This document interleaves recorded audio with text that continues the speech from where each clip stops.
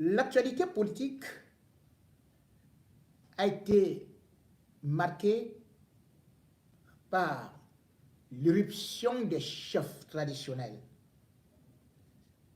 Les chefs traditionnels qui se sont retrouvés à Yaoundé et qui ont pondu un communiqué pour soutenir Paul Biya. Seulement, après que ce communiqué ait été lu, eh bien, beaucoup ont commencé à se frotter les mains en disant qu'ils ont été piégés, qu'ils n'étaient même pas concernés. Bref, ils n'ont même pas signé. Explication un peu bancale, mais en même temps, on peut trouver un peu normal dans la mesure où l'OMINAT a annoncé 300 participants. Or, au nombre de signatures, on ne trouve que 12. Qu'est-ce qui s'est donc passé avec les autres? Certainement, il y a eu une incompréhension, ou alors certains ont découvert qu'ils n'étaient pas concernés ni par le communiqué qui avait déjà été préparé depuis la veille, ni par l'organisation, bien évidemment. Ils ont profité d'une bonne alimentation, ils ont dormi dans des beaux draps au Mont Fébé, et puis ils ont quand même eu droit à quelques prébendes aux enveloppes. Voyons donc que leur sujet était en colère et que le boycott avait été lancé. Les chefs ont donc commencé à se dire « Non, nous on n'était pas là ». Et d'ailleurs, même un imam du côté de Bertois a failli être lynché. Lynché par ses fidèles parce qu'il a voulu prêcher que Paul Biya était l'homme qu'il fallait sur terre. Il était Allah, il était saint et il était le représentant direct du prophète Mahomet.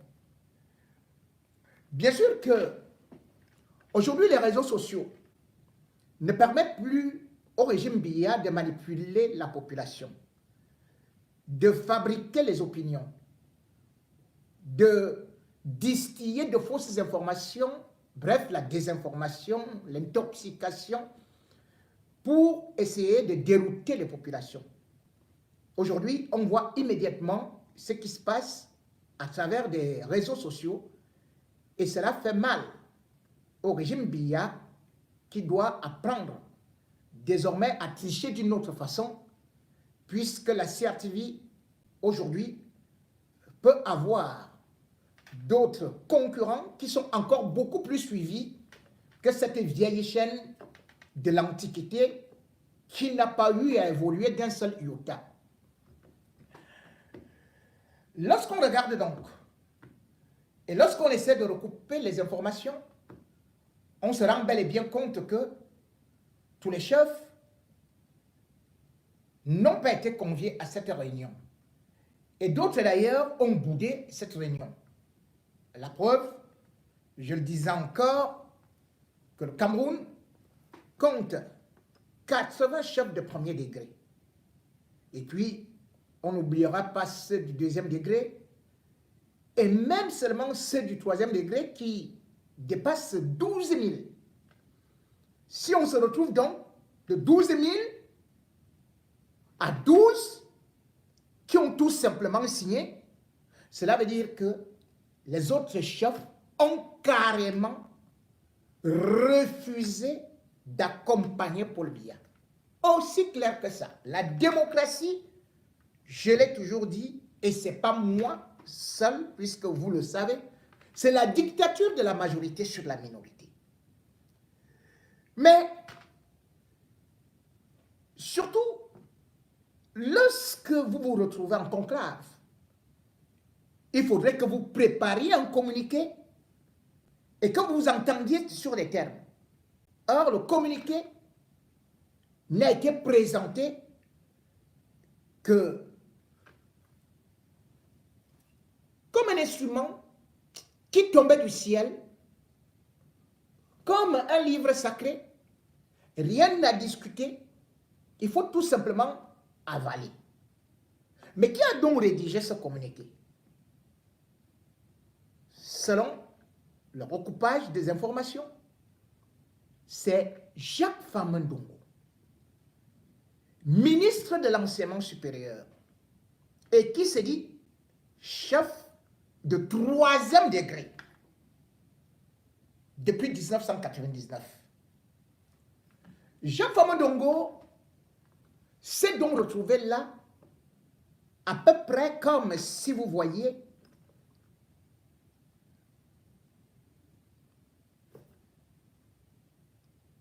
quelqu'un de la classe de terminale se faire guider par quelqu'un de la classe de 6e.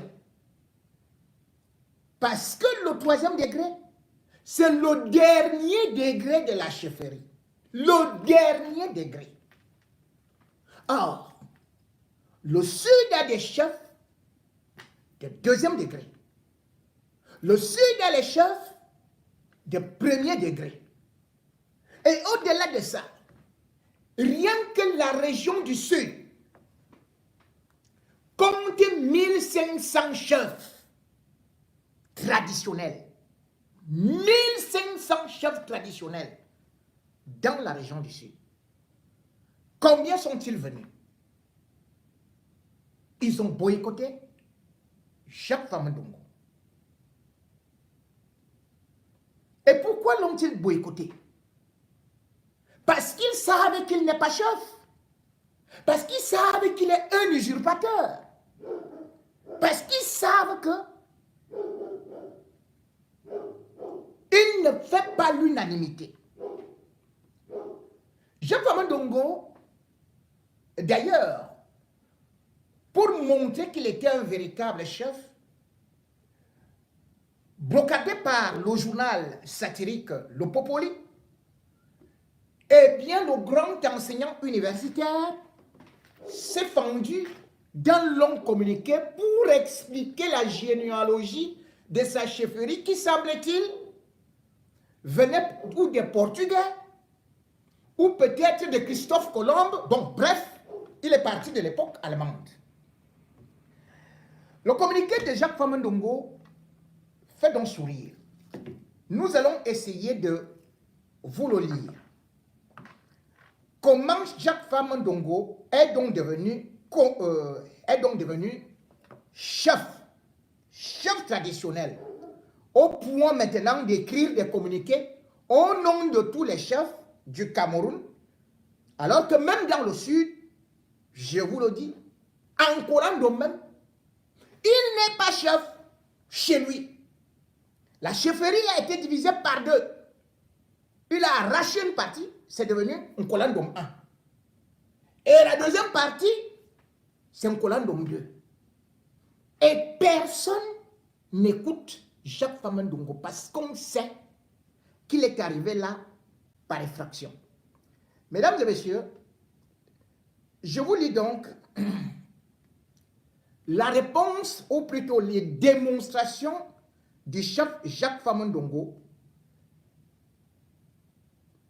à Popoli, au journal Le Popoli.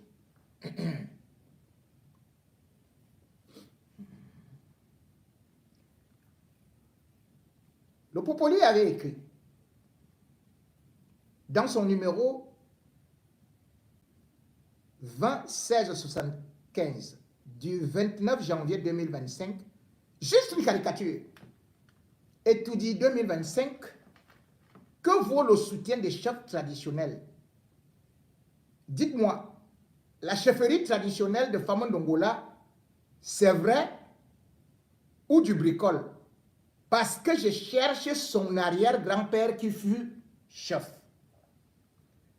Alors, Jacques Famandongo n'a pas attendu.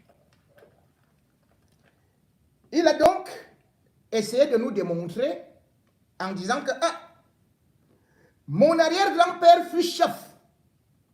sous protectorat allemand et le mandat de la France, mon arrière-grand-père.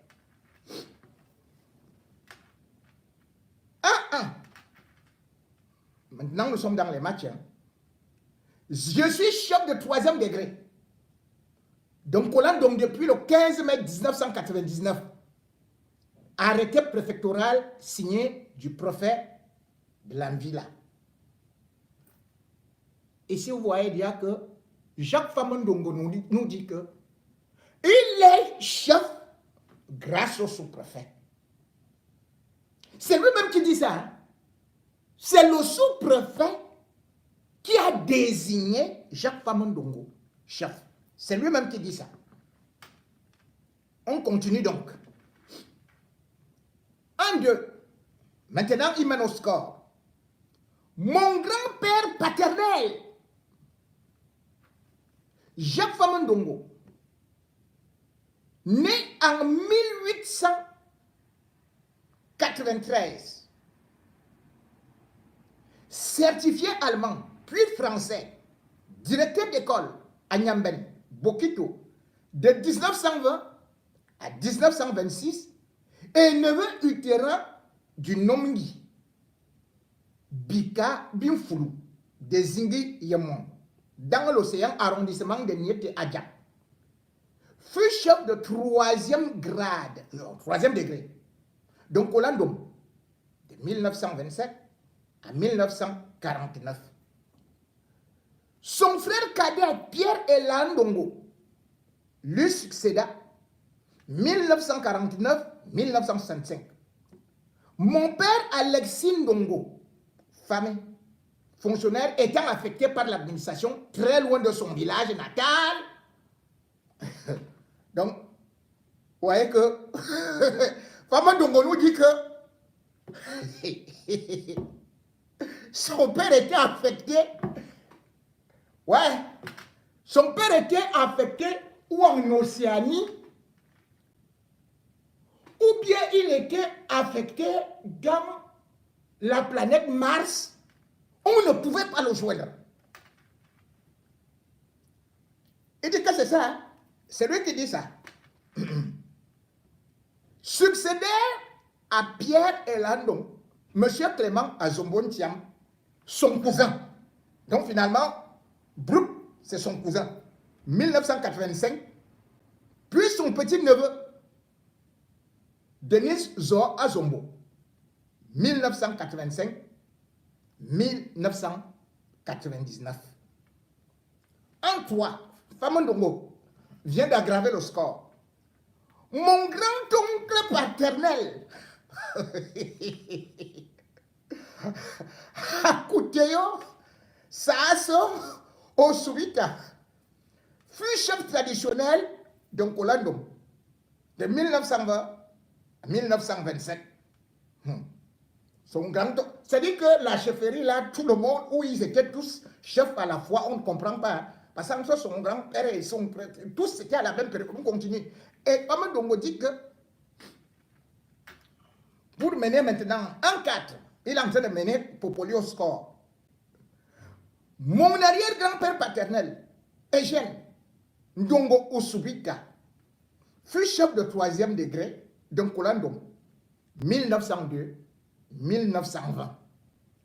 Sa statue a été érigée à l'entrée du village Onkolandom, au bord de la rivière Mozondo. Chacun a le loisir de le constater en se rendant à Onkolandom. Le score va déjà à la Manita. 1-5. Famondongo marque un autre but. Son père Osubika Obam Ndongo fut chef d'Onkolandom de 1870 à 1902. Le village s'appela alors Assotol, à côté de la rivière Didim, près de Mokomo, Nkabaye, dans l'actuel arrondissement de Bolo à 2e, avant la migration qui amena les habitants d'Assotol en Kolando. Les gars, je dis que la qualité ici, c'est chaud. Hein? Maintenant, Famondongo marque notre but. 1-6.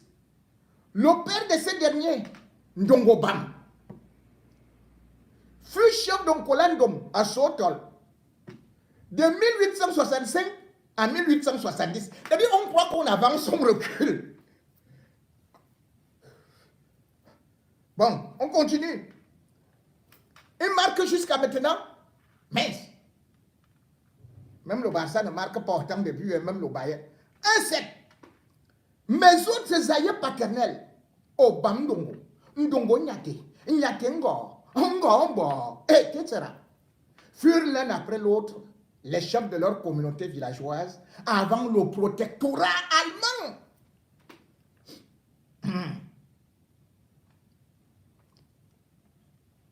8e but, ça c'est Bayern, vraiment. Je rappelle que le sobriquet Oswita, donné à mon arrière-grand-père, qui s'appelait en réalité Obamdongo, signifie capitaine. Donc capitaine, voilà. Entre parenthèses, Osu, c'est-à-dire devant, puis Bita, égale guerre. Pendant les guerres interclaniques, il était toujours au front, à la tête, entre parenthèses, caput. Caput, chez nous, c'est que, quand on dit quand tu es caput, c'est que tu as bu jusqu'à ce que tu ne connais plus là où tu vas. Donc, l'oncle de, enfin, c'est l'arrière-grand-père de femme, donc était toujours caput, devant ses troupes. Alors, femme Dongo dit, j'assume ma qualité de chef traditionnel. J'assume mon soutien à la candidature du président Paul Biya, fond des fonds à l'élection présidentielle de 2025. Bon.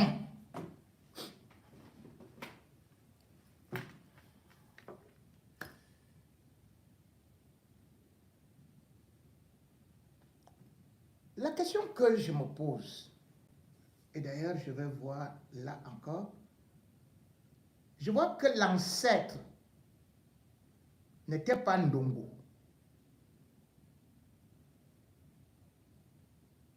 En Kolandom, je vois plutôt que l'ancêtre était Ngor Umba en 1760. Je trouve que Jacques Famandongo ne nous a pas dit comment subitement son père a disparu. Il nous a cité les gens qui étaient trop loin. Mais je reprends tout simplement des gens qui sont près de nous. En Kolandom, il y avait Clément Azombon-Tiam en 1965. C'était lui qui était chef là-bas. Je vois aussi ici que après lui, il y a eu Denis Zor Azombo.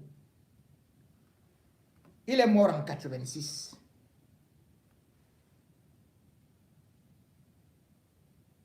Vous avez trouvé le nom d'Ongo quelque part là? Bon, continuons néanmoins. Ce qui est extraordinaire, c'est qu'il nous dit que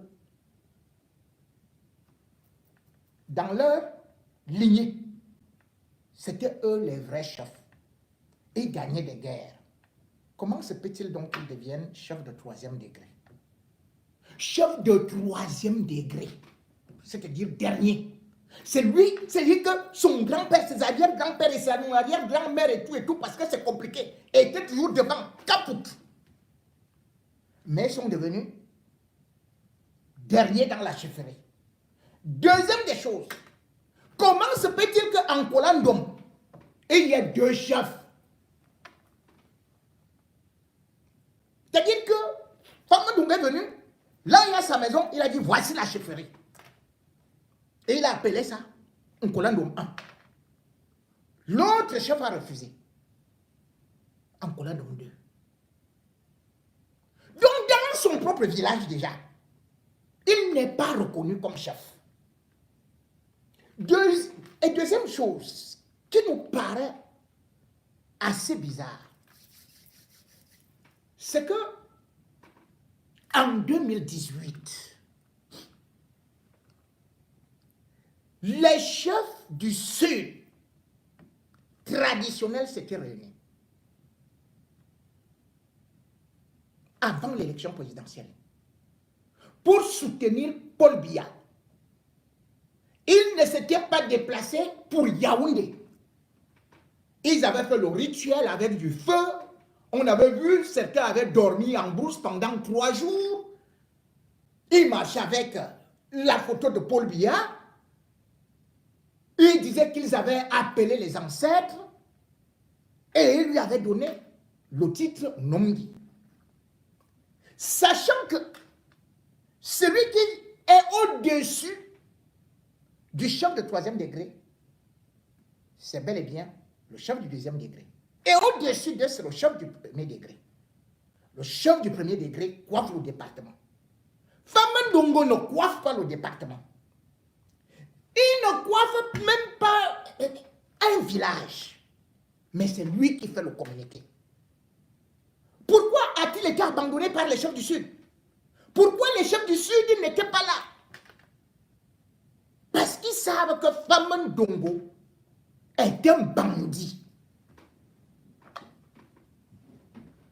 Ils ont vomi Paul Biya. Voilà la vérité. Ils ont dit, on ne veut plus. On nous a déjà trop utilisé. En 2018, on a dit qu'il y aura ceci, il y aura cela. Qu'on va nous construire ceci, qu'on va nous construire cela, qu'on va nous offrir des routes. Famandongo est donc parti là-bas. Il a échoué. Sinon, c'est quelqu'un de là-bas qui devait d'ailleurs être président du nouveau conseil.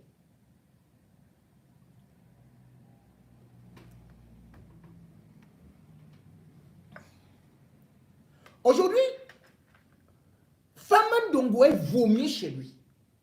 Même les jeunes ne veulent pas de lui. Ceux qui ont eu le bac, ils flattent, oh bon, je vais vous donner 50 000 francs pour les frais d'inscription à l'université. Voilà tout. Tous ceux qui sont intelligents, tous ceux qui ont des diplômes, sont combattus par le même Famandongo qui a d'ailleurs mis du bitume au niveau de la route, juste au niveau de sa maison. Les autres sont dans la poussière. Mais il vient donc dire qui parle au nom de qui?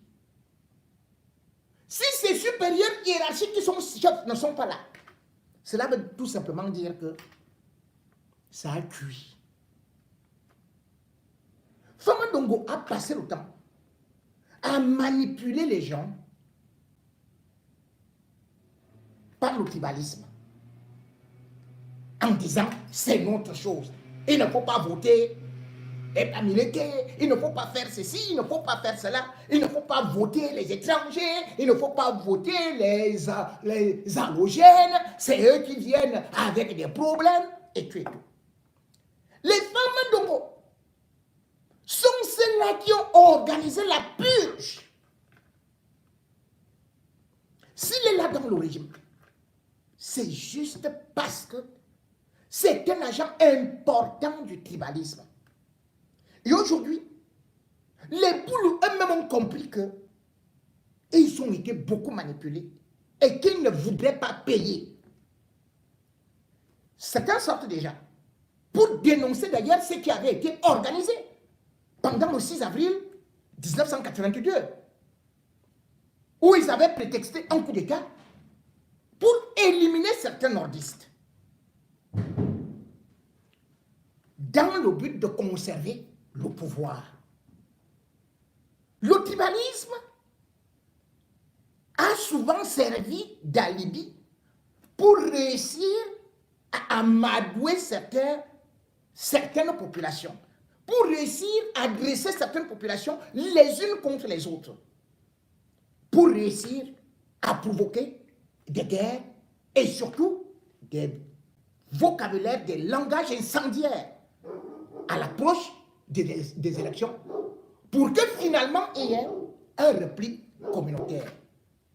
D'ailleurs, au moment où l'élection de 2023 est en train de s'approcher, que ne voit-on pas? Ce sont les mêmes qui sortent toujours. Si ce n'est pas Grégoire Ouona, c'est pas Mandongo, qui sont toujours devant. Comme si le Cameroun ne tournait qu'autour d'eux.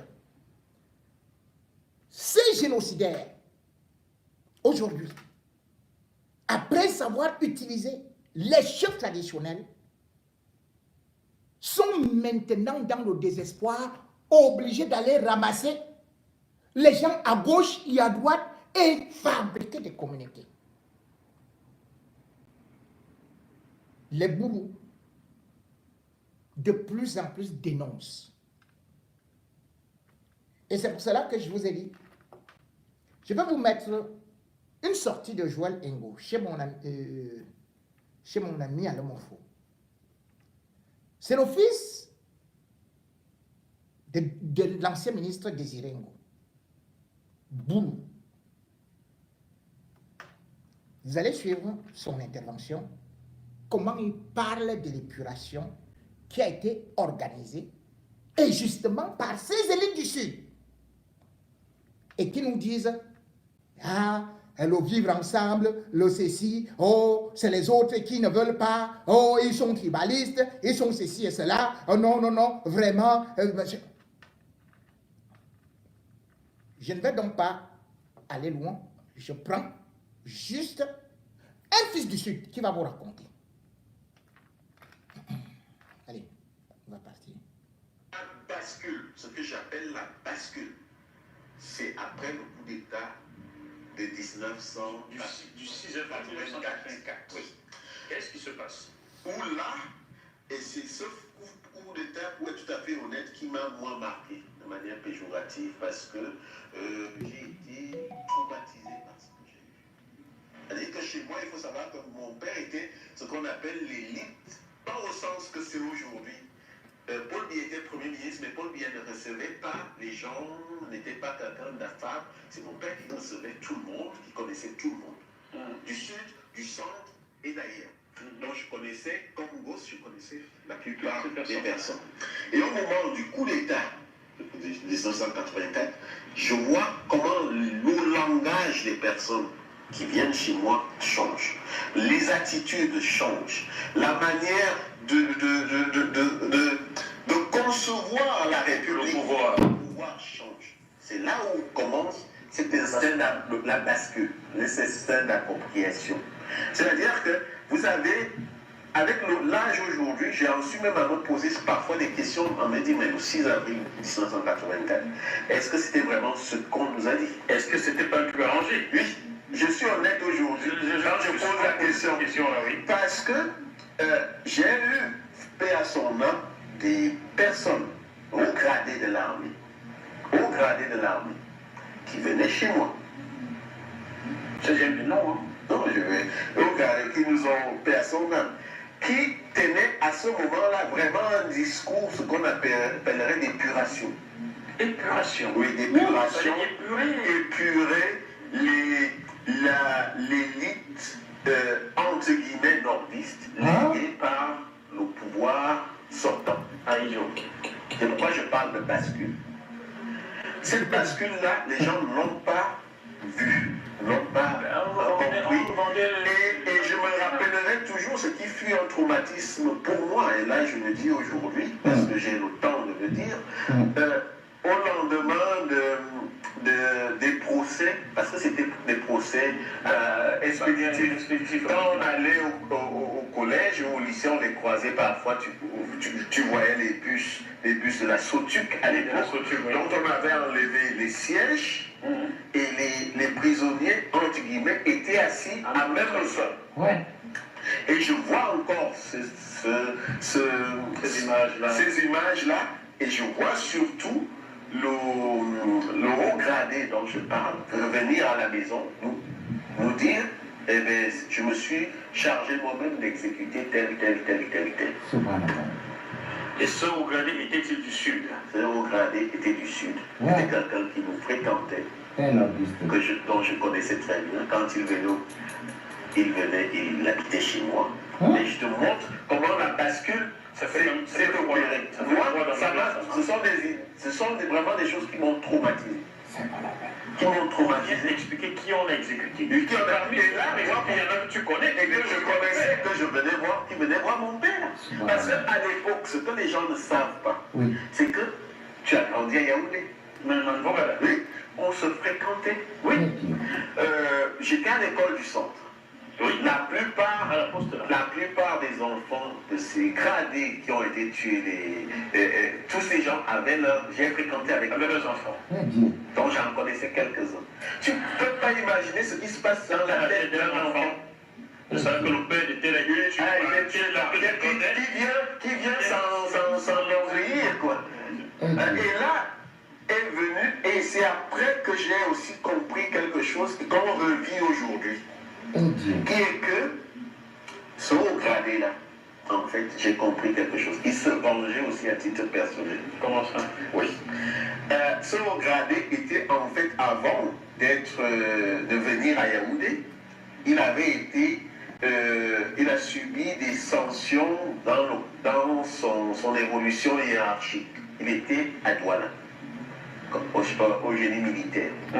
Pendant que ses promotionnaires étaient déjà devenus des colonels Et tout. et lui il était resté commandant. Il avait stagné. Le changement de pouvoir était l'occasion pour lui de se montrer. Lui, nos frères qui arrivent au pouvoir, Paul Biya, était l'occasion pour lui de rattraper